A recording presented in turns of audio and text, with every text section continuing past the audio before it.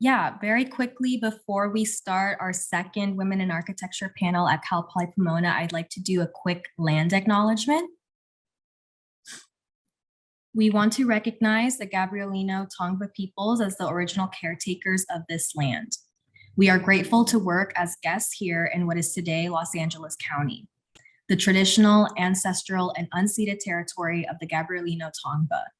We ask that we each tread lightly, humbly, and with open hearts. We pay our respects to the Gabrielino Tongva peoples, our ancestors, elders, and all of our relations, past, present, and emerging. All right.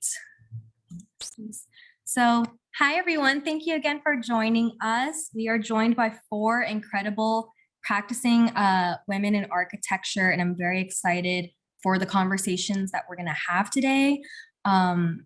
Really quick. If you have questions for our panelists throughout our conversation, please feel free to add them to the chat, and we will have a window at the end for you or myself to ask them personally. Today, we are joined by 4 incredible women. Our first panelist is Athenas Lopez. She is the current AWA+D, or the Association for Women in Architecture and Design, Vice President. She is also the founder of Kitty Designs.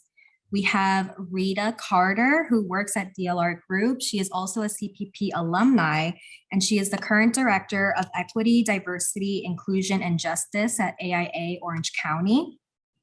We have Luciana Varkulja, who is a previous CPP instructor. She is the founder of Irma Architecture and Design, and she currently teaches at USC and Otis. And last but not least, we have Catherine Hernandez, who works at Brilliant Corners, and she is a housing advocate in Los Angeles, as well as the co-organizer of Design as Justice, among other things, or Design as Protest, apologies. So yeah, thank you all so much for lending us your time this evening. I'd love to get started with just a general question to whoever wants to start. And the question is, what inspired you to study architecture, and what was your academic experience like?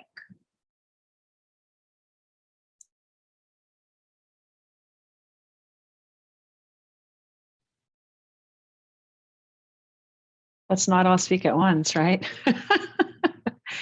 Maybe I'll get started. And I don't know that I have the best answer, but when I was young, I watched the film, I'm going to date myself, 3 Men and a Little Lady, I think is what it was called.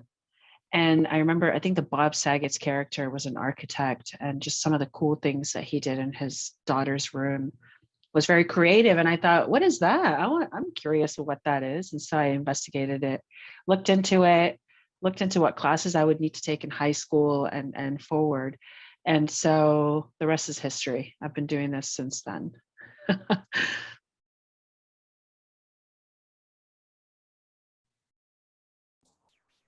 I'll go next. Well, more of my inspiration from architecture came from my communities growing up and right here in urban areas, and just seeing all the lack of potential spaces that could be used as when we were playing kids. I just thought that I wanted to get involved into that, and just little by little, it just kind of got me into architecture school and following into my own practice, but we'll get into that. But it's really fascinating, architecture.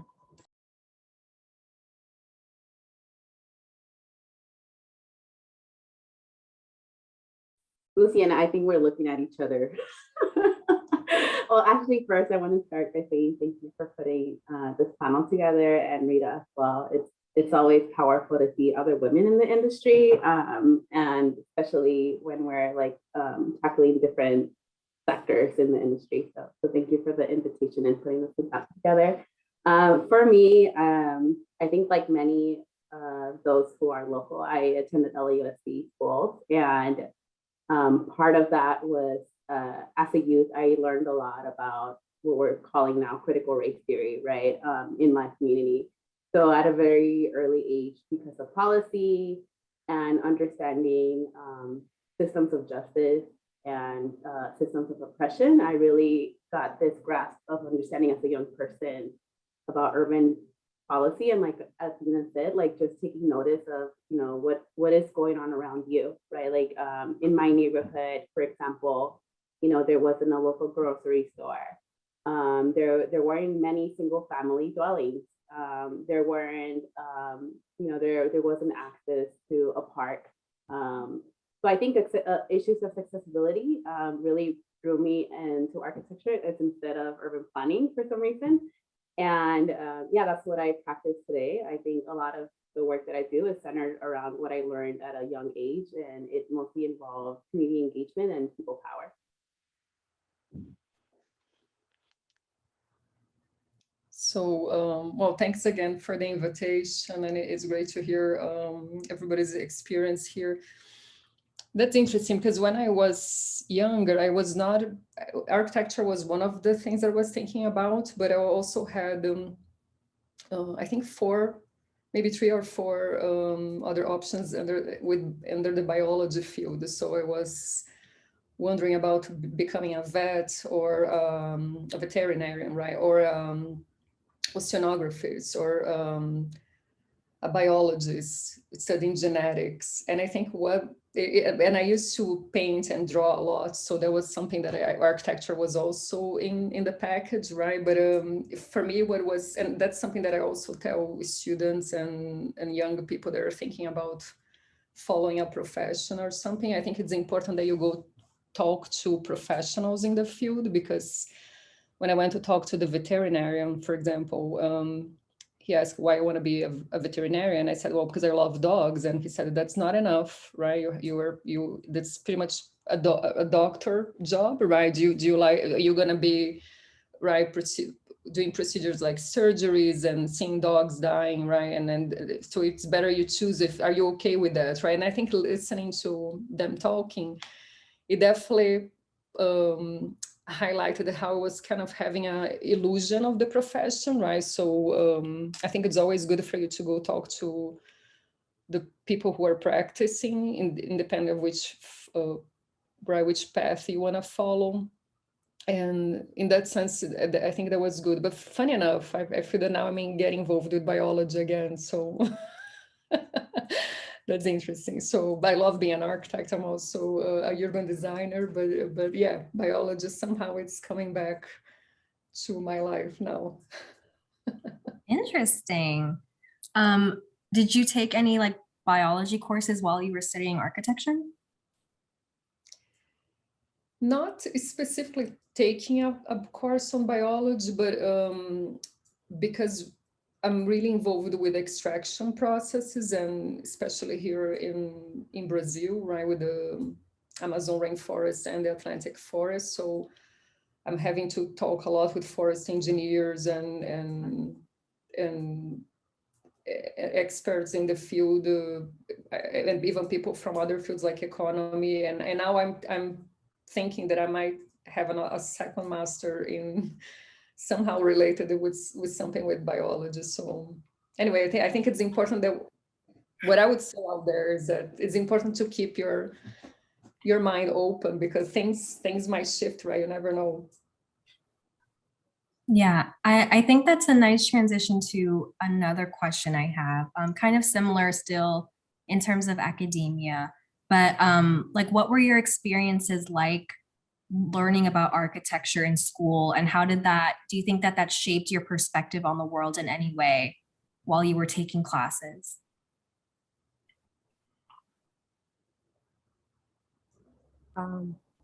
Very much, especially how architecture teaches you in our school, Woodbury, a lot of critical thinking. Since like day one, that was like, you know, everything you do is like critical thinking or observation, your surroundings on everything from especially the ceiling to even the smallest detail of hardware. So now, you know, I go walking around places, looking up, looking down, looking close. You know, it's kind of weird to other people, but that's what it's kind of guided me to. And it also has made me, you know, made decisions, final decisions, because when you present, you know, you're going to make it kind of final, and that's your kind of last chance, you know, in a way. to present your ideas.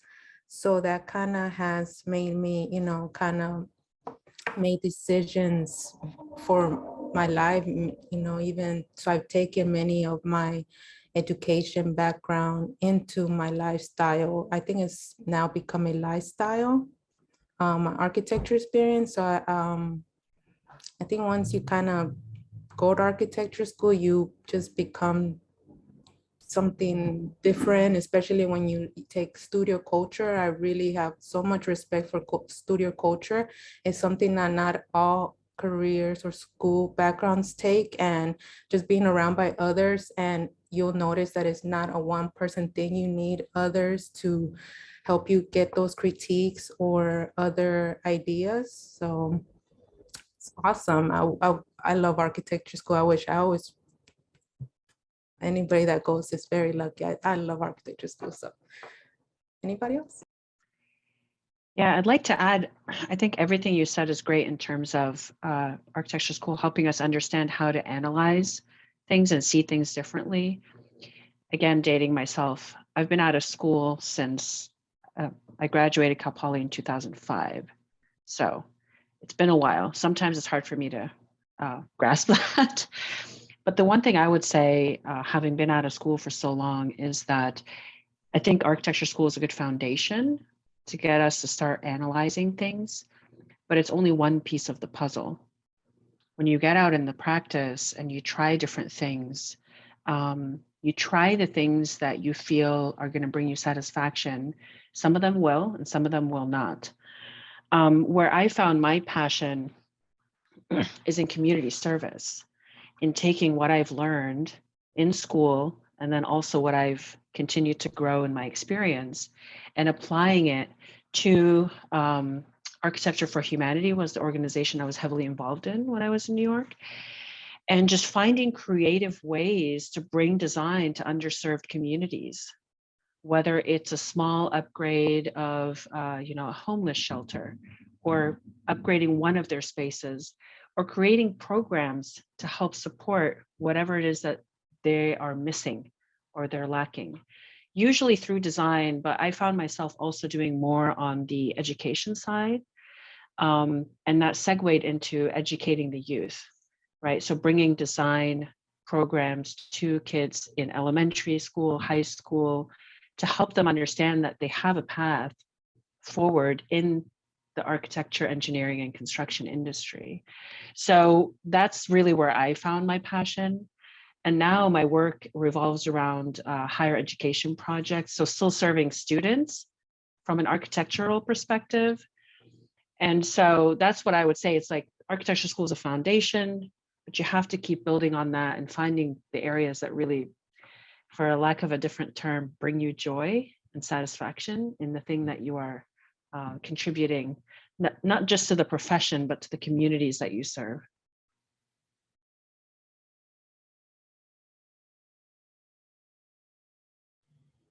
Okay, I can go, Catherine. I can go now. Yeah, my first degree is here from Brazil, right? And actually, I'm here in São Paulo, so there is some soccer game going on, and there are a lot of people yelling and fireworks. So don't worry if suddenly if you you hear some awkward noise. So there's always a soccer game going on here. So. I graduated in Brazil. So Rita, don't worry, I graduated in 2002 in Brazil, right? That's I did in 6 years, right? It's a 5-year degree here in architecture and urban design. We don't have here in Brazil a distinguish between among actually urban design school, right? Or the course or landscape. You all end up having a pretty deep background here. And what I would say, most of my background, I can say that it's coming from here, right? And I had a master's also from Columbia, but I would say that the fact that we had a pretty right umbrella of the course here in São Paulo, so you had access to classes, philosophy, ergonomics. There's so many theater design and exhibition design and landscape and building and all the technical background, right? So I think there are many so I have many colleagues that end up becoming graphic designers or photographers or set designers, right? So I think the range and the paths that you can go are pretty vast, which sometimes is kind of confusing, but I do love that because I do feel that architecture is much more than buildings, right? So that's also what I tell my students, right? I think sometimes they feel trapped of saying, oh, I'm not a good designer because I don't like building or the studio work. And I think beside what Athenas and Rita mentioned about the studio culture, right? I think there is also the potential of you identifying maybe yourself with something else, right? So I think it's a wonderful profession because exactly it opens up to a very large field where you can operate, right? But one thing that I've been sensing is that you might feel depend on where you are going to be working with, right? I feel today that architects are agents. So it's more about you arriving somewhere. You might think you're an expert. I'm going to say that. But I worked with a community in Bamako in Africa, in Mali, and one in Johannesburg too. So it's interesting how you think you can come with an expertise, but you might know nothing, right? So at that point, you have to step back and be open to listen and acknowledge that you might not know nothing about that context and learn with the people who you're going to be working with, right? So I feel always that it's less about you coming with something ready-made, right? And being open to the potential of what the context and the communities like Athena and Rita mentioned, right? How that can trigger a completely different thing, right? So I think we have also to be able to step back and be able to listen to where we are.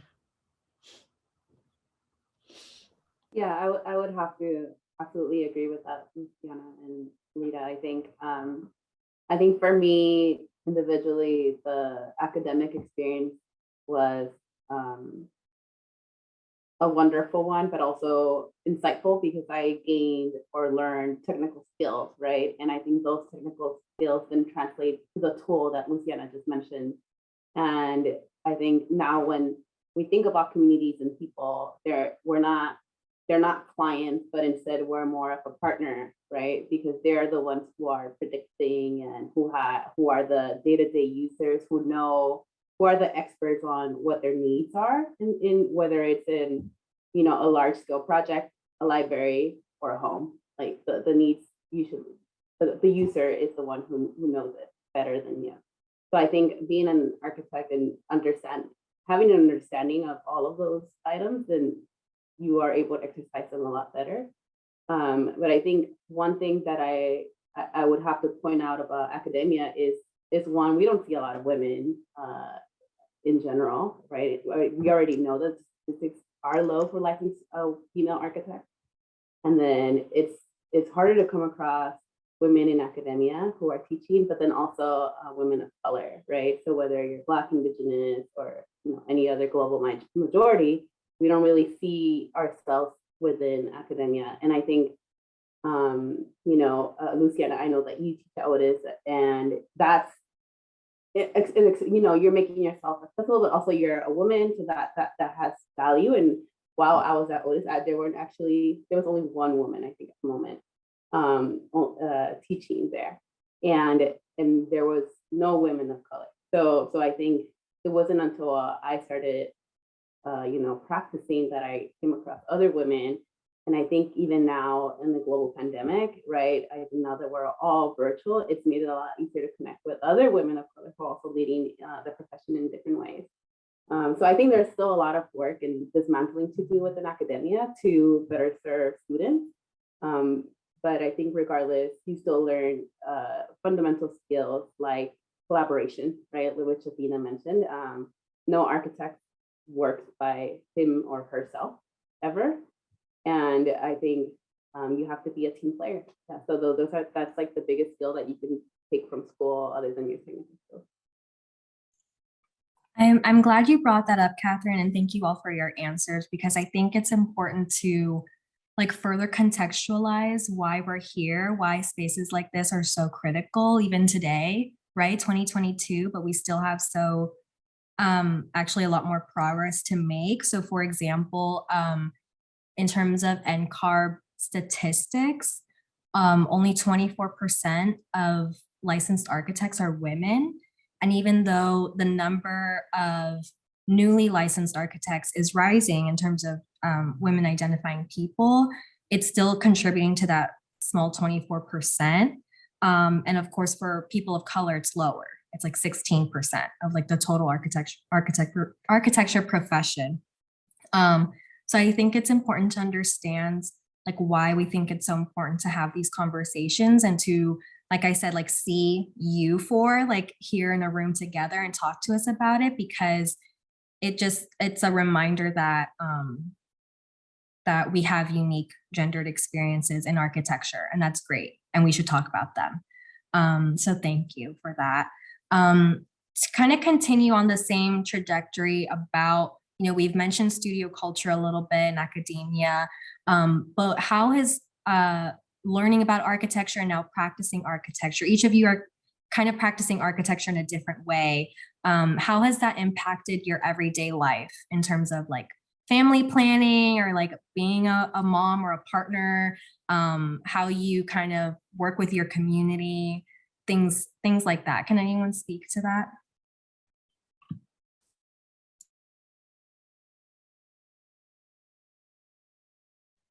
Yeah, I guess I think for me, I am a first gen. I'm also the first person to pursue higher education in my family. So I think that has a lot of responsibility on its own, you know. So I think I always say I walk this thin line between being hood and being an academic, you know, an academic. And I think I'm more hood than academic. I don't consider myself an academic at all, actually. But I think, you know, the reality is issues that happen in our communities need to be addressed, right? And I'm not the liaison for my community, but I think there are a lot of communities like mine that exist, right, that are lacking in many resources. And so how do you balance? I think for me, when you say balance, how do you balance life and work? I think to me, they're all one.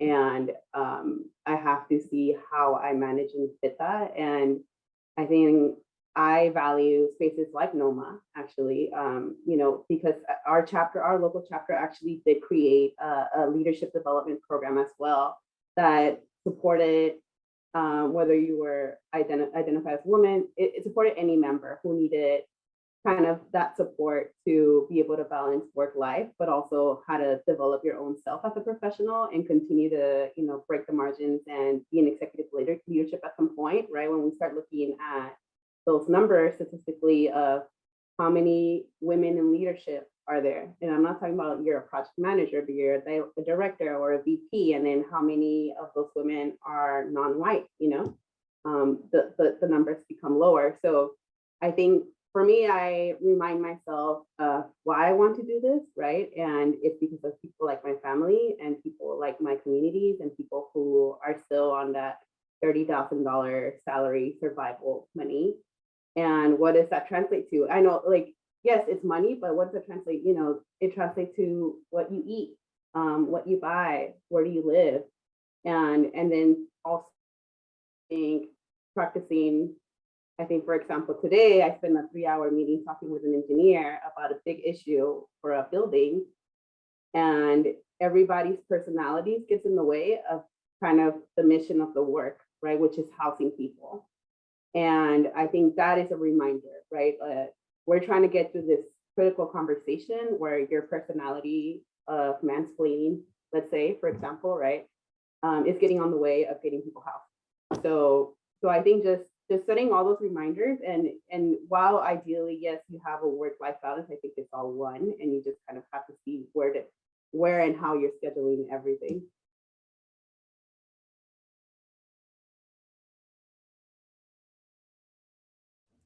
Yeah, maybe I can.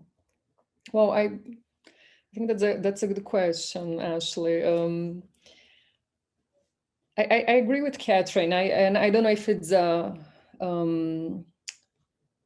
Right. I think the way, I think also like Rita mentioned, right? Maybe I'm one of the oldest here in the room, but I think I was also trained, right? I don't want to be with the whole generation conversation, but it's kind of hard not to touch that, because I think I come from a generation that it's pushed the right to don't see much of the distinction. You have like, you're very career oriented, right? And I think nowadays, learning from the juniors that I work with, right, the younger people, my own students. So I think that's also allow you to open up that life is not just that. But at the same time, like Catherine mentioned, right, I do love my work, and I do feel that that's somehow there's kind of a weaving process in between personal life and work, which I don't know if that's the way to put it out there, but because I think we have to be careful about that, right? But at the same time, having your own practice, I do think that that become even more permeable, right? And that's where you have to be careful about, because for me, just keep working over the weekends and late hours, that becomes kind of the norm. But again, I do enjoy what I do. So I think at the same time, not setting boundaries, how exactly balance that, right? I also, unfortunately, I think to the whole conversation about woman in practice, right? Woman in school.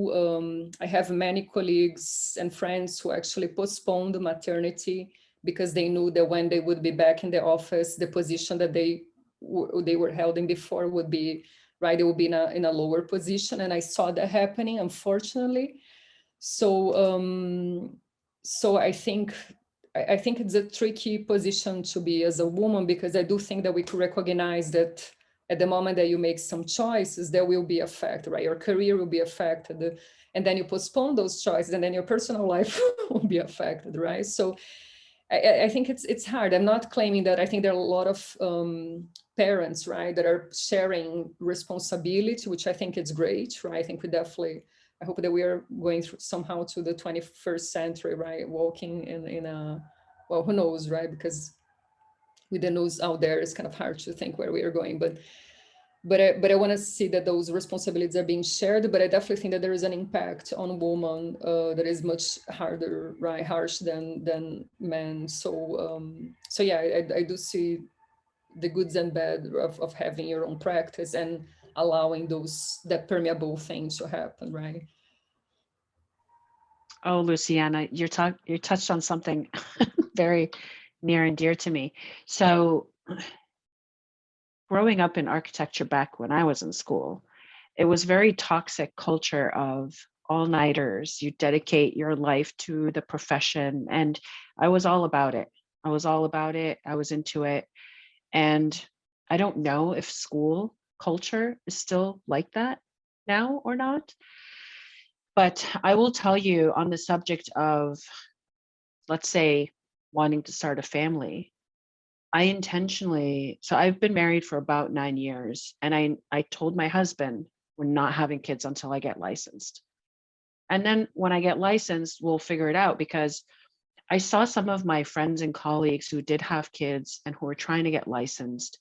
Having a kid is like a second job. It's like so demanding, and that's a whole other conversation on its own.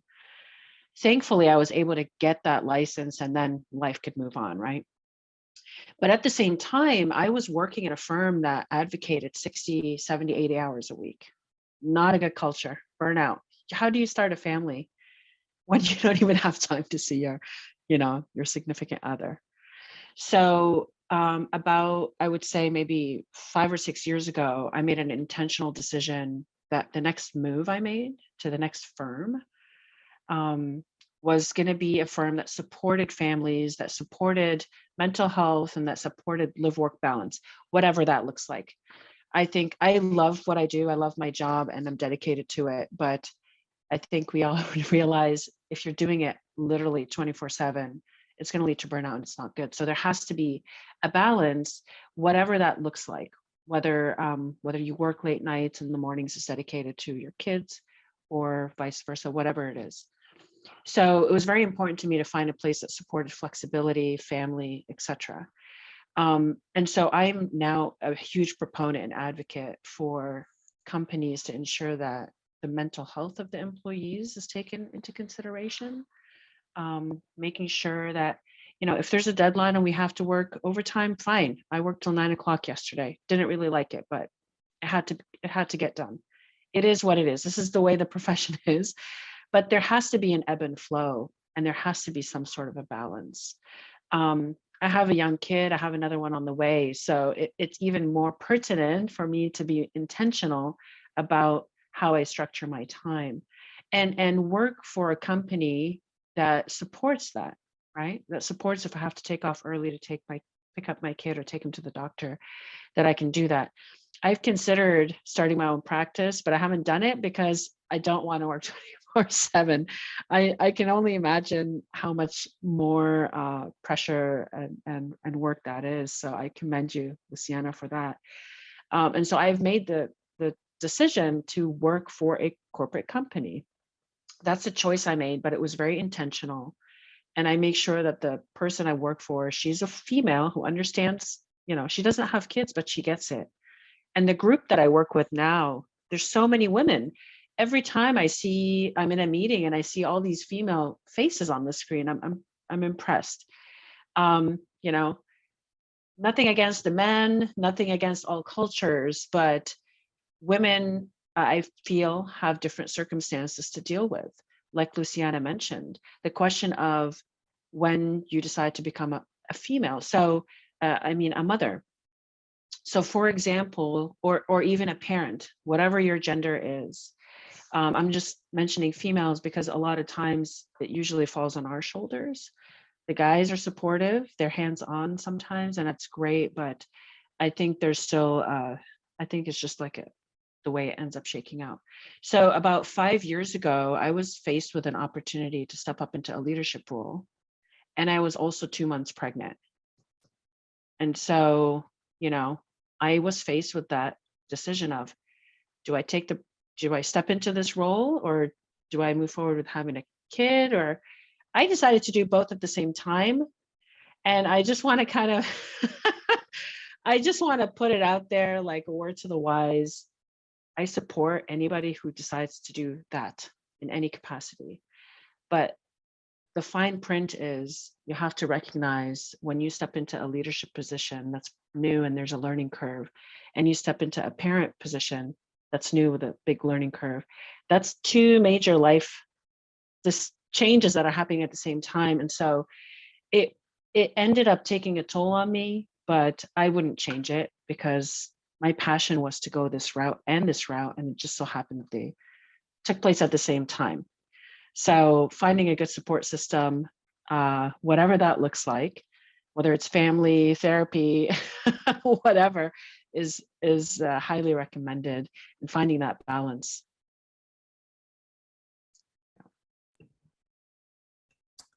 Very inspiring. Hopefully I can end it on a good note on this one, but I mentioned earlier, it is somehow impacted my life as I kind of made it a lifestyle, but I also don't want it to seem that it's overtaken me as well. I just mean, like, if you sometimes catch me reading, it might be architectural or related, but doesn't really mean I'm working, but I'm studying. So how do you differentiate that?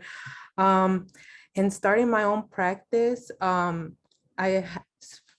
when I started my branding on what was I gonna focus, not only was I've started focusing on ADUs and more like, since I love family, and I want to balance my life with family. The clients I'm choosing are more family oriented. They're okay with understanding that I am more focused on family. So I don't accept clients that are like, right now, today, they want it right now and calling me 24/7. I recommend it to somebody else, but I let them know that that's not my lifestyle. So from the beginning, I'm already trying to create that for my own practice. I'm a little bit more than part-time, but I try to balance it because I still have to do some other roles. So I don't, so I respect those clients that do understand, and there's starting to be more that I respect that I'm okay with not working 24/7, and that family comes first, and we have a good schedule, and I try to make sure that everything is well balanced. Another good thing that has helped me out, besides joining places like this, is with the AWA or D or any other organizations, especially for me that I've been more around now women who have become my mentors, their mothers, their wives, or just anything that I can be related to. So that has helped me out a lot to see what I want. If they can do it, then I know it's possible. But yeah, I had to kind of leave the big company because I mean, money was great, I'm not gonna lie. But maybe to some people it's not. But I also excuse me, I like cooking, and there was no time to like make food, and I had to go buy junk food every day, and that was messing with like my health. So how am I supposed to work well when my health is not good? So that's another reason why I kind of like working from home, or kind of being taking care more. And that's what I mean, that I think we should really balance life. And if you don't have help, you should ask for help, whether it's any type of help. But I don't think anybody should do anything alone. Whether you're a woman or male, anything, ask for help. You know, it's architecture can be crazy at times. There's days that you have great, so many hours and all-nighters. Luckily, that's just a school thing, I hope. But it's not, you know, balanced life, whatever makes you happy. And some have mentioned, Rita, some therapy, whatever kind is, whether it's some dancing or reading or meditating or hanging out with friends, family. Don't forget that part always.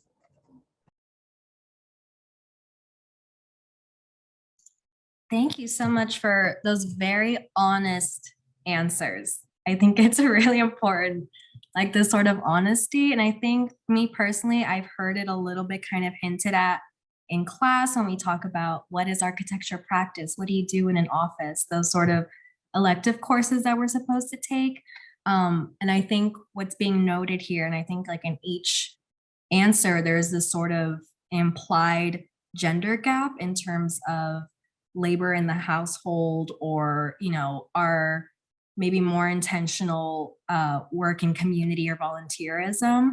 But since we've kind of talked a little bit about that balance that you all try to maintain, I'd like to focus this next question to our business founders here. So Athenas and Luciana, whoever would like to answer, what inspired you to start your own practice, and how has running your own business empowered you as a founder, as an owner? What has it taught you? I think I'm really enjoying everything that all these other women are bringing up, right? I think what Athena mentioned in terms of finding the balance, right? So I've been, and that's something that maybe sounds crazy. I've been with my practice for the past 18 years, but funny enough, I also, right, like Rita, right, and Athena, I think I also have been in the corporate world, and also smaller office, right, being all kinds of offices. And for me, having my own practice running in parallel with having a full-time job, it was kind of crazy, but for me, it was something also in terms of being able to, right, you can donate your ideas as a designer to an office, right, but you're still kind of under that brand, right? And for me, it was always important to try to say, okay, who am I, right, working with my own practice. And that was interesting because I think what Athena mentioned, right, doing your things solo. So UMA, architecture and design, UMA in Portuguese is one, which is me, which is the whole thing about, okay, I'm the only one in the office, right? So I've been UMA for many, many years, right? Just working on competitions on my own and projects on my own, which can be really demanding for sure. Also having a full-time job, but I do think that I'm a little bit crazy. But the thing is that for me, it was important to know, right, to have my own projects and understand what is my drive as a designer, independent of where I was being a designer for somebody else, right? But also I've been feeling more and more the idea of collaborations is extremely important, right? So I think not just asking for the help, but also being able to exchange. So Even if I'm working, right, with younger designers or working with collaborations, right, other studios and other offices, for me, that idea of being more than UMA, which I even wonder if I should change UMA plus, right? Some people say, man, should I check the name of my practice, right? Should I change that? Because UMA might be, right, maybe we say, well, but she just do things solo. So yeah, so I've been feeling that, right, more and more for the past years, the collaboration is being really, really important to my own work. But yeah, I think it's definitely, I can say that it's financially challenging, right? I think when you receive the paycheck, which was also good money from the offices, right? And I did really good money back then, but I think at some point I'm 45 years old, and at some point I'm like, okay, I don't want to have the boss hovering here. I'm not going to say that I would never go back to I think I would have to really to negotiate what kind of conditions I go back to an office structure, right? Working for somebody else. And I'm not completely close to that idea, but I think it gets to a point, right? I think all my friends like 40 plus, they're looking, okay, I think running my own things here seems much more challenging in many senses, but at the same time, you feel that you have more autonomy. But again, it does have the challenges that comes with it. I don't think that is it's an easy path. And when younger students, they ask, oh, what should we do, right? I want to start my own practice? I think it's great if you have that drive, but I don't think that is also bad that you take some years working with other, right, as a designer or as an architect for other practice. I don't think that that's bad, but I always told them my portfolio, most of my work that calls attention is actually the work that I did, right, with UMA, be that collaborations or solo. And the work that I collaborated as somebody, as an employee from another firm, they're also good work, but I always say, I think it's important for you to be able to build a portfolio where people can see you as a thinker, right, as a critical thinker, and also you as a designer working for somebody else. So I think it's interesting to have both things with all the challenges that comes with it.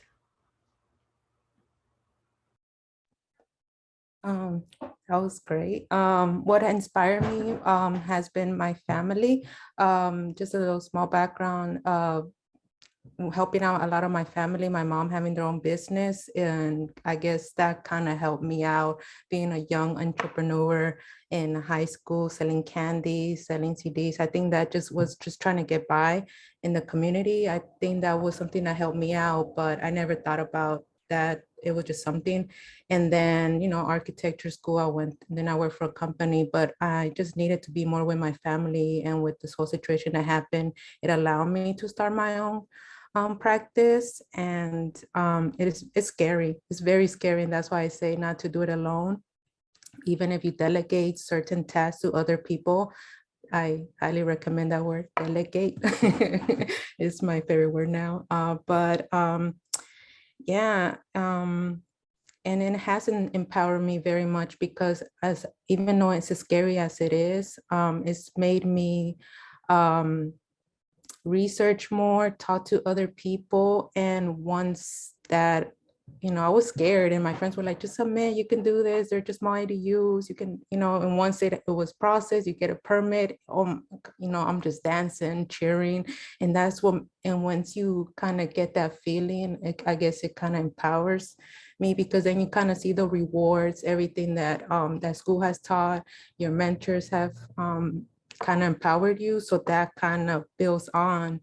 And so it kind of keeps me going when I listen to those that have gone through this. So it's never a lone thing. So I guess everything, I would have to give acknowledgement to all those that have helped me out, because I think that's why I'm doing okay so far. But I think I'm really happy, because it's allowed me to balance everything. And it's not easy. So when you have to submit, I kind of have to do all the research, and it has taught me to learn more, open those books, and to study more. And when you learn that, you kind of feel more confident on the things that you're doing.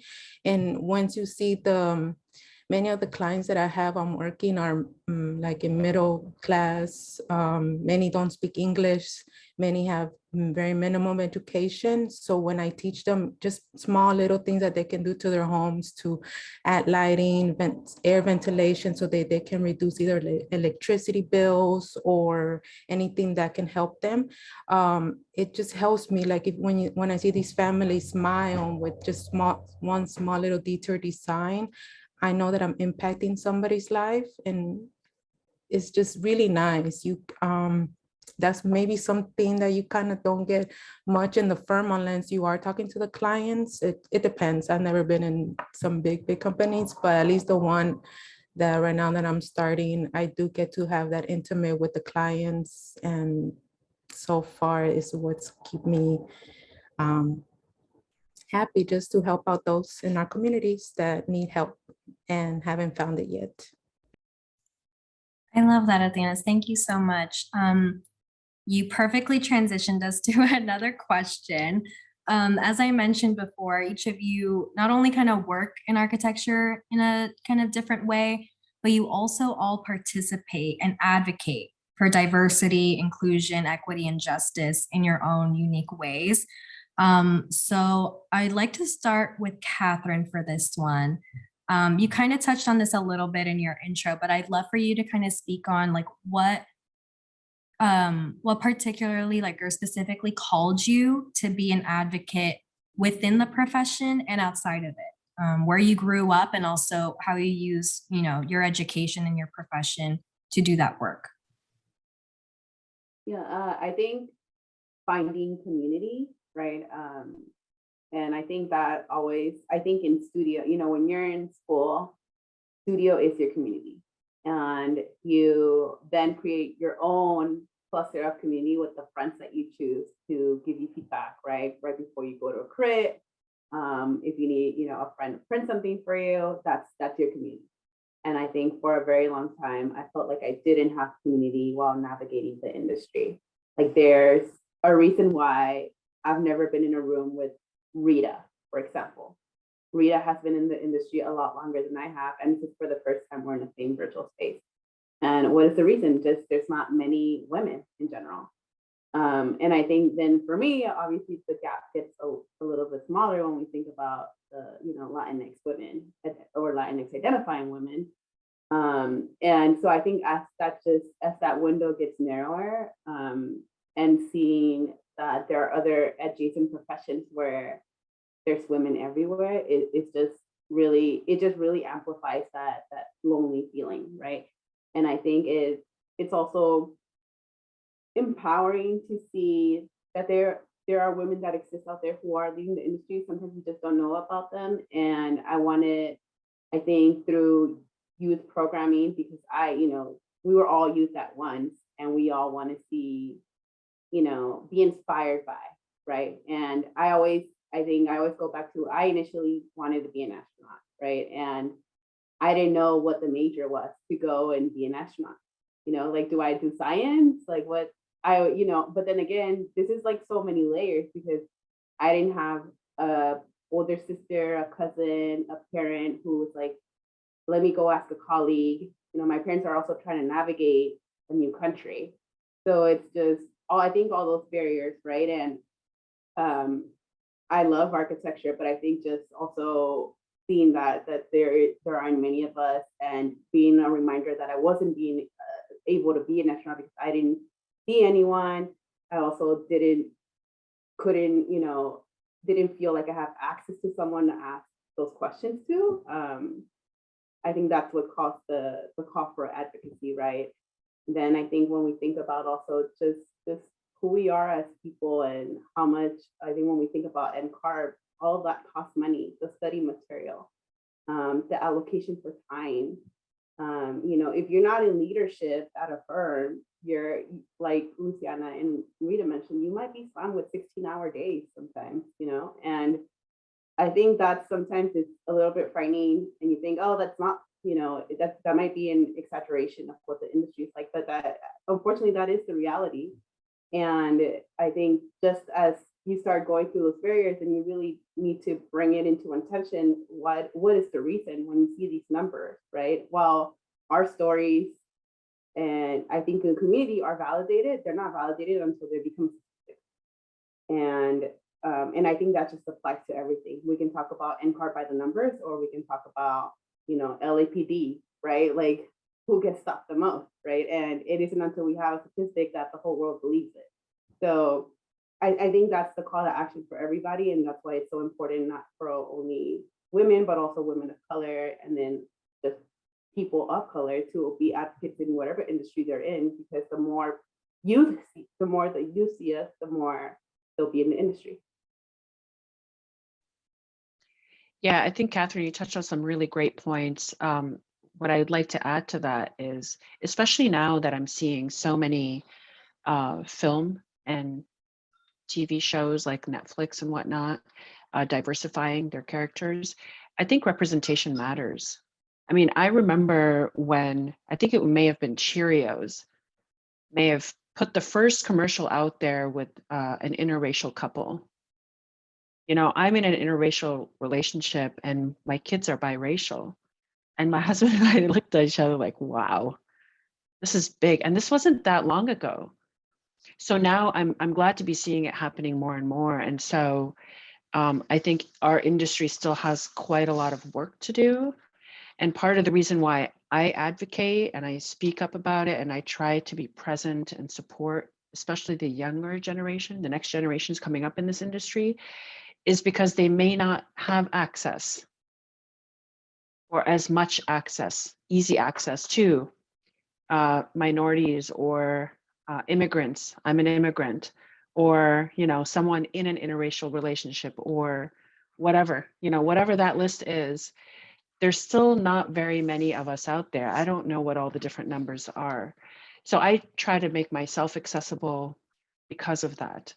I feel like I was pretty fortunate to have had instructors or folks I worked for who were mostly men, mostly white men, but who supported me and who advocated for me and who helped me excel in my career and maybe give me the guidance I needed. I feel like I was very lucky. And there's a lot of folks out there who do that.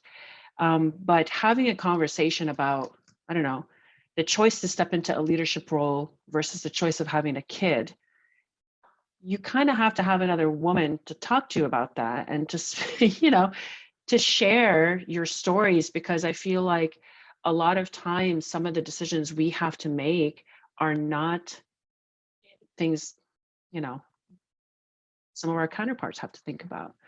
So, that's like my answer in addition to what Catherine had to say about that, is representation matters, being accessible matters. And so, I make myself available to anybody who needs, to lend an ear, to talk about some of these things. I may not always have the right answers, but that leads me to give like a small piece of advice of always reach out to folks who you feel might assist you in some capacity, even if you don't know that they have the answers. Because as architects, we know where to go to find answers. I think the one thing I remember from architecture school is you don't need to know all the answers. You just need to be 3 phone calls away from getting the answer. And that was applicable to like architecture itself, but I think that's applicable to your career path, your career development, or anything else in life.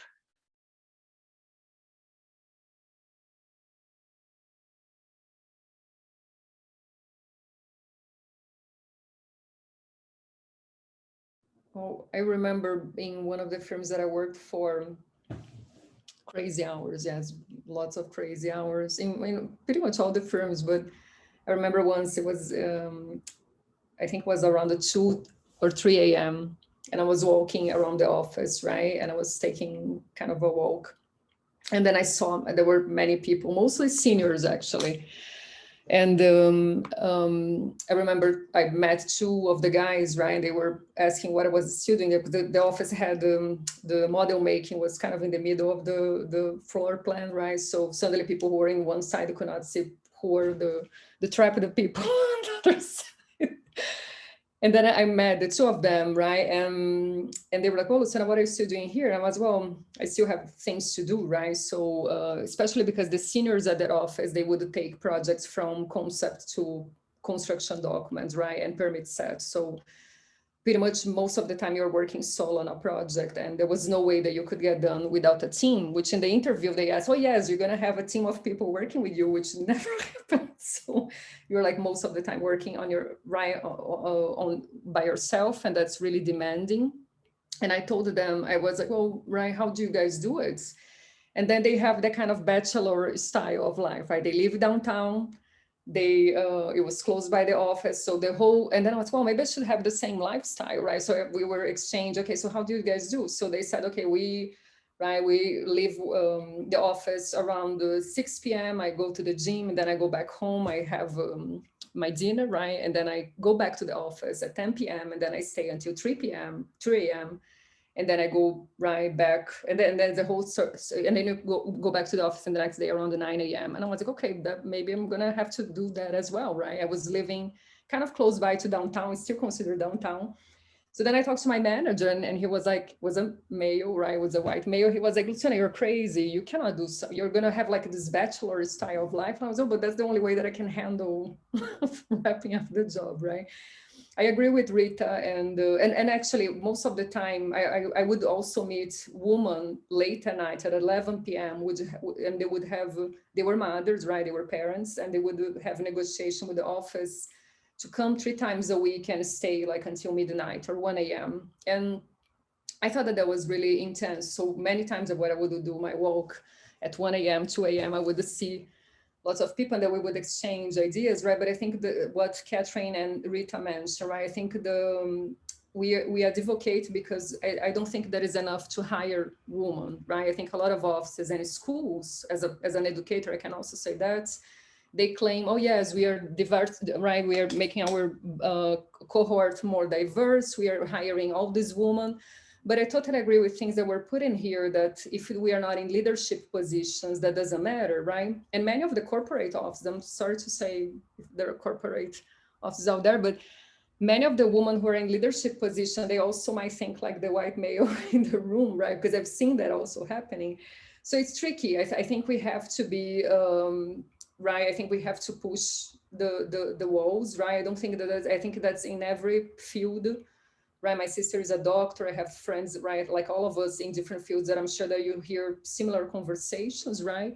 So I think it's right, 21st century, but it's a tough word still for the whole group of which is considered minority to have, right, as the whole thing about sit on the table, right, a voice in the room, right? We can find all kinds of sentences like out there, but it's kind of annoying also to hear schools or offices saying, "Oh yeah, but we are high, we have a 50%, or we are diversified," and then you don't see anybody in leadership position, right? And when the male make the decisions, there's a whole way of defining who are the team working on a specific project, right? Who they and the whole thing about who they hire, right? Because there is a whole thing about who you feel more comfortable with, which is a figure that has a similar profile than you do, right? So I do think that we still have a lot of work to do,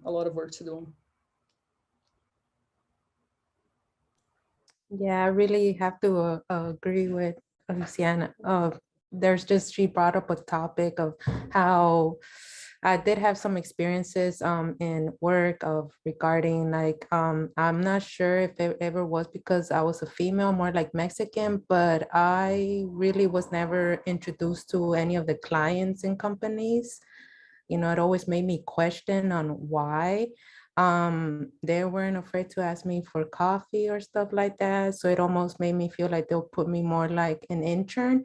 But yeah, when I had to work, they did not put me like any intern. They'll give me a lot of work, like if I was in leadership. So then, you kind of see those kind of things and it's not right. And when you start to meet other organizations, you see other stories, just like Pat mentioned. And that's when, that's why I've left, but that's a different story. And then that's why I think it's very strong to advocate, because you don't know who might be going through something that doesn't know if it's fair or not fair. But once you start hearing other stories, you're like, okay, that's not right, or that is correct. And it sometimes is a female or is a male. It doesn't really matter. I think sometimes there can be a lot of competition, and if there is a female, and so I rather, maybe because I don't really want to stand up. I mean, I would stand up for myself, but something like that, that is, I know it's injustice and it's going to take a lot to probably change their minds, is rather me go somewhere else, but actually acknowledge and share that story so that other people can't know about it and not go through small, I mean, it was a small thing, you know, but if I were to continue that, who knows, how can it be later? And I wouldn't want anything like that to happen to anybody. So I think that we should all be here for everybody, and we do need diversity. I don't know why nobody would want diversity. I think when it comes to architecture designs, the more diversity, the better. It's a creative industry, and if we just have black and white, it's not going to be as lovely or beautiful. I think we need all ages, all backgrounds. And when I've seen that happen, it's a beautiful thing. So it's not there, but it's there. You just got to find it. And hopefully you find the right mentors or coaches to guide you to that place. And once you do, you'll see that there are hidden little gems of great mentors, women, men out there. So don't be discouraged because one person, it's not there, all there yet, and they're old school. It's okay. Yeah, I think I have to agree. I think, just to add on a little bit, Ashley, I think sometimes diversity, like DEI, right, or JEDI, or whatever acronym you might have, it also applies to pay gap, right? I think our profession is driven a lot by fear. We don't talk about like how much everybody gets paid, right? That is the reason we don't talk about labor harassment, labor non-compliancy that happens within the industry, which only enables white people in power, right? If they're in executive leadership. We don't talk about the fallout of a union during a pandemic, right? And what does that mean for people who are minorities, for our industry, and in women in general, right? I think there's just so much that it can be a traumatic experience in general, whether you're a minority or not, or whether you're a woman, to be in the industry if you're not sharing information, if you don't have community.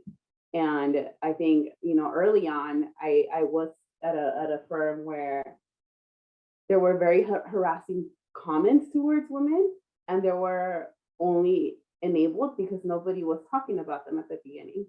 And it wasn't until it was brought to attention that it was like, oh, this is sexual harassment, which was visible, but nobody had given it that title. And so I think as students, if anyone who is a student, right, that you have, if you go out into the world, into the industry, you have to be able to really use your voice. And this sometimes doesn't mean that you're going to tweet about it, right? It just means like, let's put it down on paper, build a coalition, find your people, right? Whether it's your studio friends and they're at different firms, that's your ally, And how do you, if you, I really believe that not just in advocacy, or in community spaces, but if you really build a coalition, it's a lot more powerful than you as an individual, where you can be easily shut down. So hopefully JEDI also, by creating equity, you're also closing the pay gap.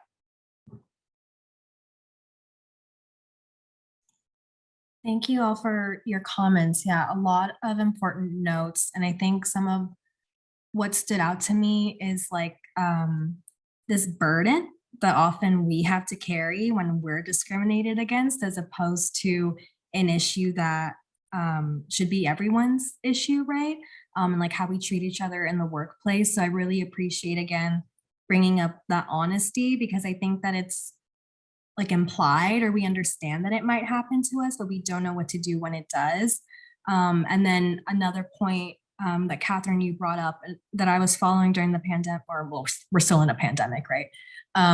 But this hope for a union that fell through, that could have created a serious precedent for other firms, and how we expect our employer to treat us, and sort of setting very strict negotiations of what's expected of us and what we expect for the work that we accomplish, right? And so hopefully that dream or that hope doesn't go away, and that someday soon that conversation will come back around. So I really appreciate you all bringing those important things up. We're a little over 7, but I do have just a couple more questions. And of course, whoever is open to answering them. So I'd like to ask, what is one thing you hope to see improve or change in the next 5 years? Whether it's in academia or in the profession, studio culture, anything like that. What's one thing you hope to see improve?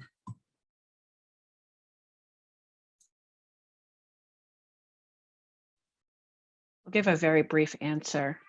Supporting mental health. I think it's so important in our industry, or in general, for folks to feel like their mental health is a priority and supported, especially in this industry. I feel like it goes by the wayside just because of the general culture that was created, I think, as early on as architecture school.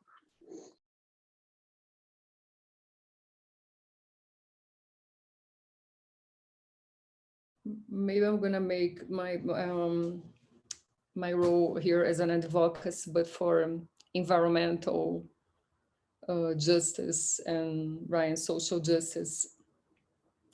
So I do think that I think we don't have in school or in practice much of a conversation on how the building industry impacts environment. I think everybody talk about sustainability, which is a word that I don't use anymore. I don't like that word, actually. I don't think that word covers everything. And I don't want to get into, I think that the question was, I don't want to get into that like Rita said, everything that we are bringing up here can become a whole new conversation.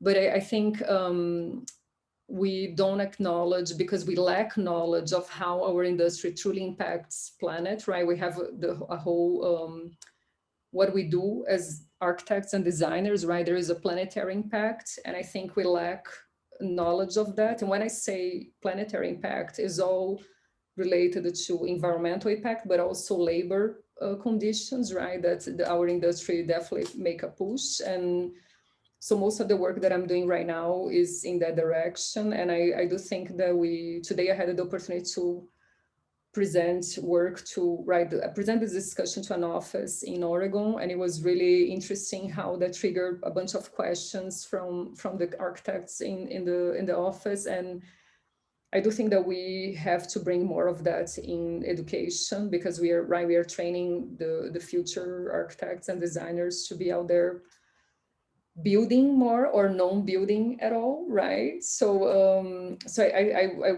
I hope that we're going to be able to have more of the discussion that will trigger multidisciplinary approach, and we being able to before just not just checking box to say, oh yeah, certification or material catalog, or how exactly we look at things to a point of understanding our industry causing those impacts. So yes, that's a long answer for a simple question, but just because that's what I hope to be able to see both in practice and in the education field. We have to see more than, buildings are not just objects. We have to understand them more holistically, systematically, and the impact that our industry causes in the planet, so on the planet.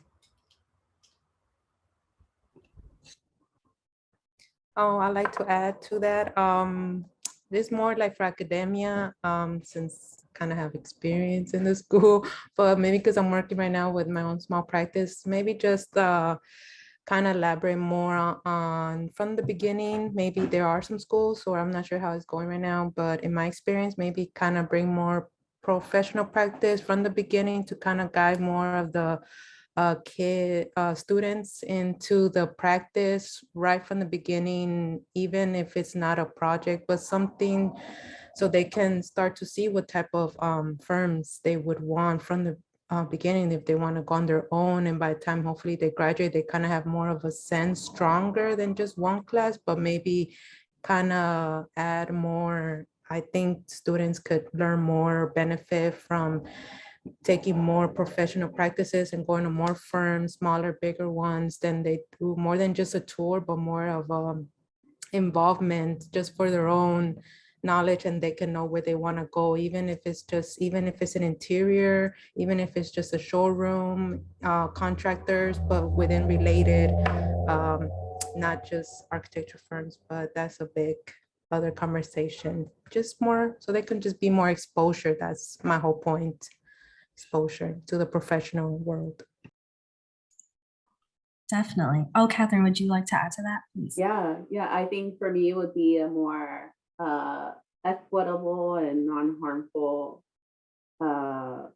way to become licensed, right? I think right now there isn't enough advocacy within academia, in some academic schools, not all of them, right, on helping students navigate how to log in hours, so that way when you're leaving and doing an intern, you're already on the path towards licensure.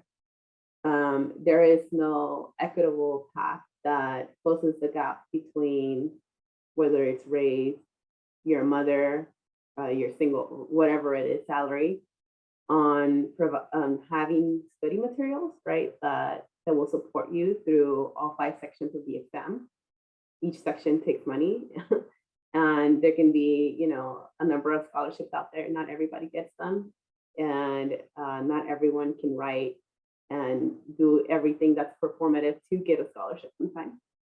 And then also a system, I dream of a world of a system of accountability. That's what I dream of, right? A system of accountability where, just like if you're actually, a friend told me this, if you're a doctor and you do malpractice, right, they'll take away your license.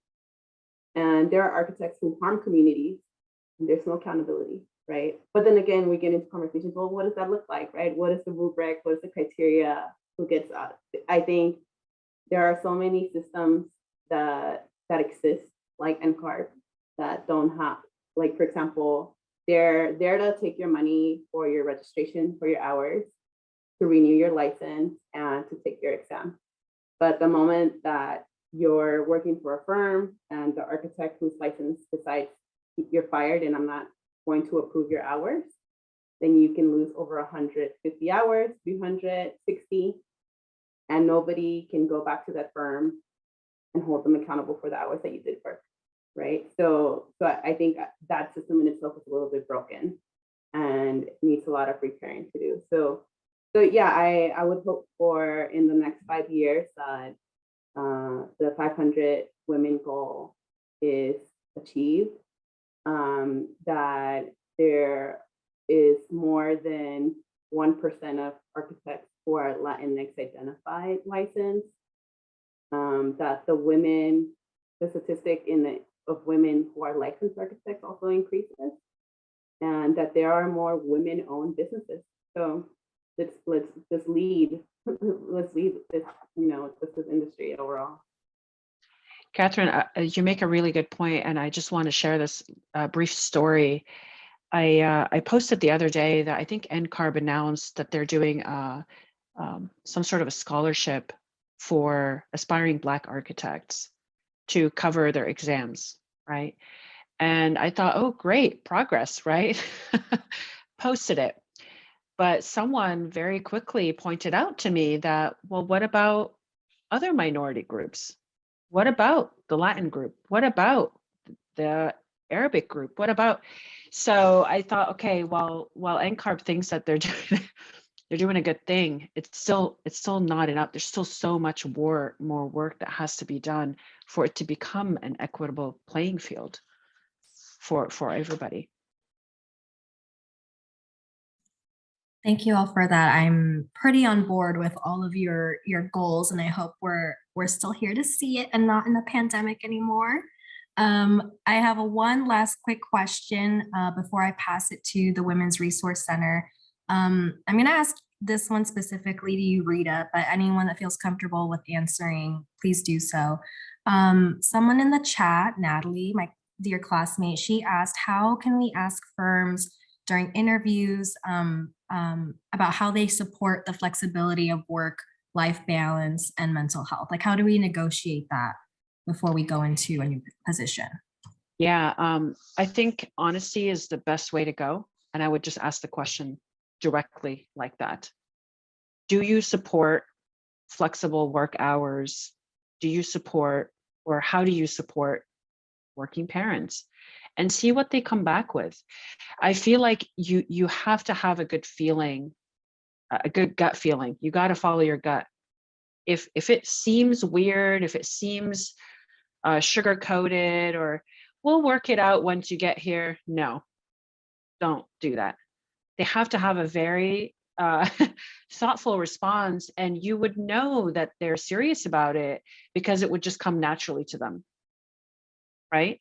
So for example, they could say something like, we support working parents, we support families, while our business hours may be, let's say, 9 to 4, and we generally would prefer you to be at your desk at that time. We understand that there's family commitments, or that there, you know, and it's not just kids. A lot of times, some of us are also caring for aging parents or other sick family members. So kids is usually just like the easiest thing to throw out there. But I want to also add that folks who have kids should also not get priority when it comes to flexibility. And what I mean by that is, yes, it would be great for them to get that, but even if you're a single person, not married, a bachelor, bachelorette, whatever you have, that doesn't mean that you should be expected to work 80 hours. So that should be equitable as well. So my go-to advice is just be honest about what you're looking for and ask the question directly. And hopefully they're sincere in their response, and that they're able to give you an answer that you could walk away feeling good about. And if they don't, then I'm not so sure that's it's a good fit. And the other thing I want to suggest too is, if you're considering joining a company and you're still not 100% sure if it is the right fit for you, like if they're really mean that yes, they have and support flexible work culture, ask to speak to other people who are at your level at that company and see, do they actually follow through on what they promise you in the interview? Because those people will really tell you the truth. So yeah, I know we're getting short on time. So That was great advice. Please, Luciana, go ahead. Just to complement to that, right? I think, I don't know, unfortunately or fortunately, right? I think what you mentioned, Ashley, about we saw this movement of the, that kind of died, right? Of they're trying to form the union, right? So I think for me it was really big, because I think that's right. Yeah, I think that was really impacting to see that didn't they were not able to push that forward, right? So I think that was impacting for many of us.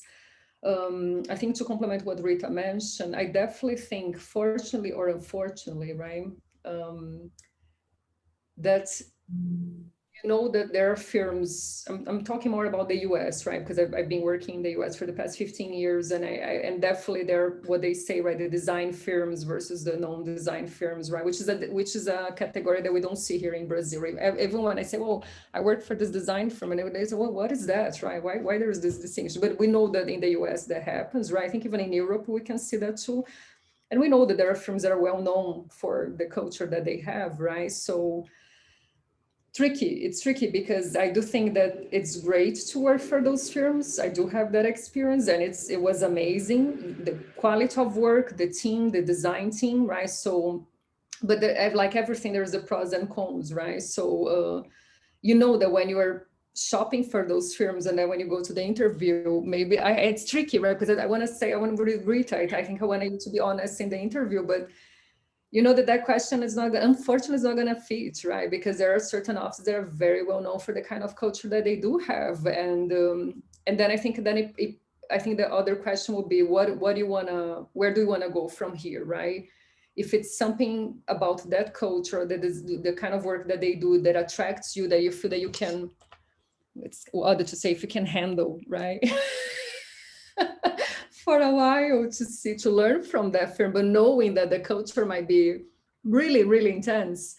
But again, I have to say, I did work for design firms that were really good, really amazing team of people, right? I did really good work there, but right? And I'm proud for the work that I've done with them, but it definitely comes with a cost, right? And I think to what Rita mentioned, what you want to see 5 years from now, mental health, right? And we are all talking about inclusion, right? Equity. So definitely we want to see all that coming together, right? But in the end, I think we know, even with the movement that of the union that didn't move forward, right? I think we know that there are certain things systematically established in our field, including the kind of culture that certain offices might have, and I think that it's up to you to say, can I do it or not, right? If I apply there, what am I subject to? And most of those firms, they are well known for what happens then, right?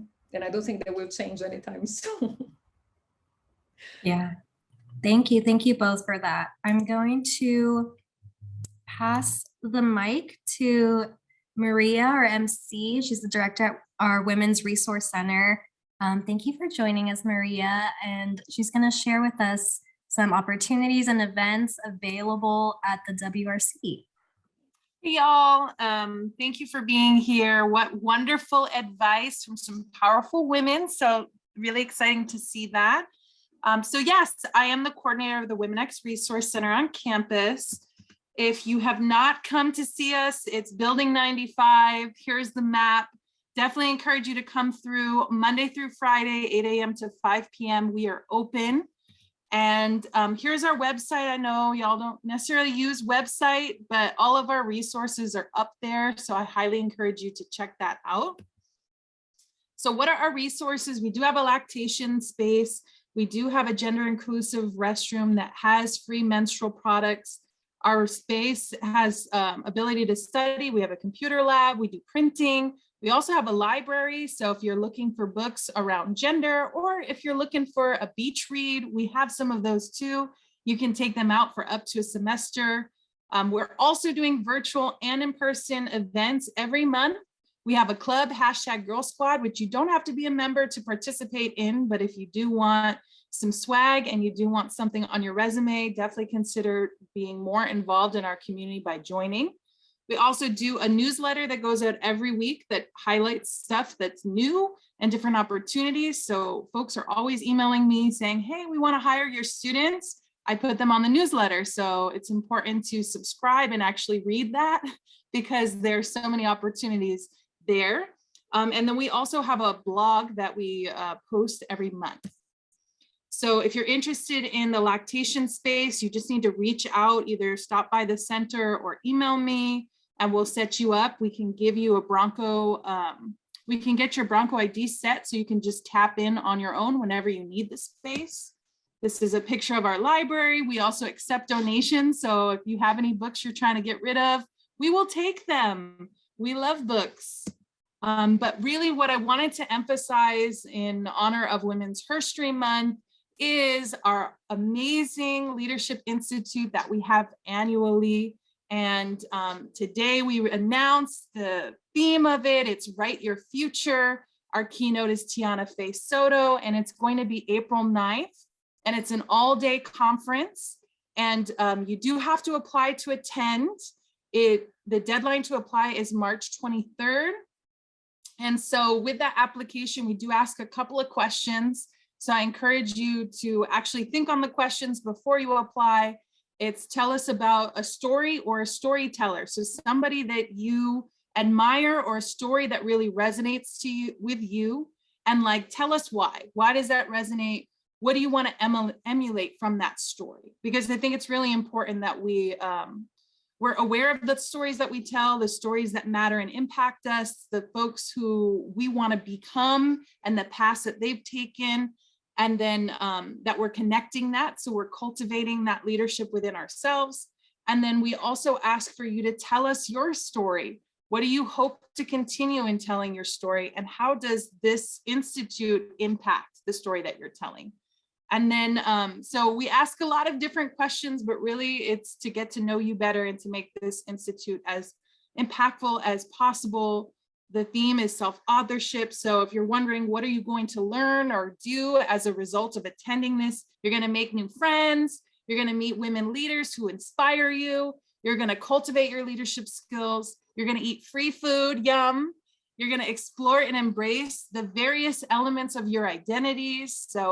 And then able to courageously share that story with other folks, and then write the future that you're going to author for yourself. So really about empowerment.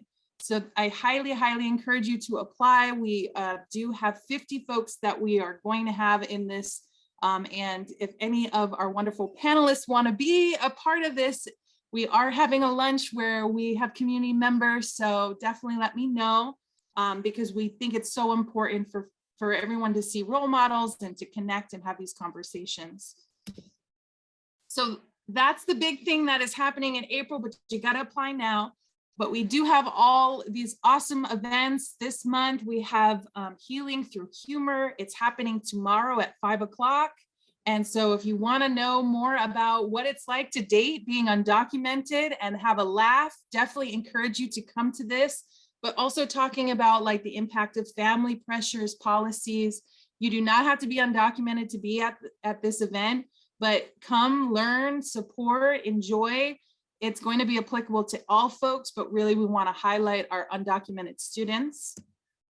And then with that, in our partnership with the BDRC, we also have an event on the 24th where we're going to be talking about how name calling has impacted us as women, and how you can really use that as a radical tool of liberation for your own freedom. And so really excited about that. We also have a dialogue next week, Tuesday, and that is going to be talking about degendering parenting. So really thinking about how our parents and the roles that they played enforce gender stereotypes and roles that we have. And then also thinking about how can we envision a world in which, you know, that doesn't happen anymore. So what does that look like? So that's what we're going to be talking about on Tuesday. We also have panels. We do Women Wednesday workshops. So we have a panel coming up on the 16th for SACE and class folks, but honestly, it helps everybody. I'm telling you, I learn everything. Like when I come to panels, I learn stuff. I'm reminded of things. I even learned stuff from this panel, right? So, and I am not an architect by any means. So just knowing and having some amazing women in a space, you get to really resonate, get that support and network. So highly encourage that. We have another one on April 20th. We also started through our Instagram Confidence Hacker Thursdays. We go live every 12 p.m. on Thursdays, talking about tips on how to cultivate your confidence. So I encourage you to join us on the journey. You can sign up and say, hey, I'm doing this journey. We do journal prompts as well with all of our tips and our action items. So if you need anyone to hold you accountable, let me know. I'm doing them alongside you, and we just reflect and talk about what we did on the live on Instagram every week. So definitely tune in if you're able to, but you can watch it after the fact too. So there's that. And then we also have drop-in hours. So if you ever want to meet with me and chat, I'm available every Thursday, 10 to 11. You can drop in. My assistant coordinator, Jess, is available every Monday, 1 to 2 for drop-in. And then we have a doctoral student for counseling who's available Tuesdays and Fridays from 1 to 2 on Tuesdays and 5 to 6 on Fridays. So if you want anyone to talk to about whatever's going on in your life, this is a great resource. Sophia is amazing. You can also talk about body neutrality, and they help lead our different dialogues. So if any of those dialogues, you're like, I want to keep this conversation going, that's a wonderful space for support. If you're not looking at our MyBar, make sure you do. All you have to do is put in the Women's Resource Center onto MyBar, and you will find all the different wonderful events we have going on, particularly starting on the 4th. If you're graduating, we would like to honor you in our Women's of Distinction Award ceremony that's happening at the end of the semester. So that is going to open up, and hope that you will join us in celebration. I mentioned the club. We're really about cultivating your leadership, building a strong community of support.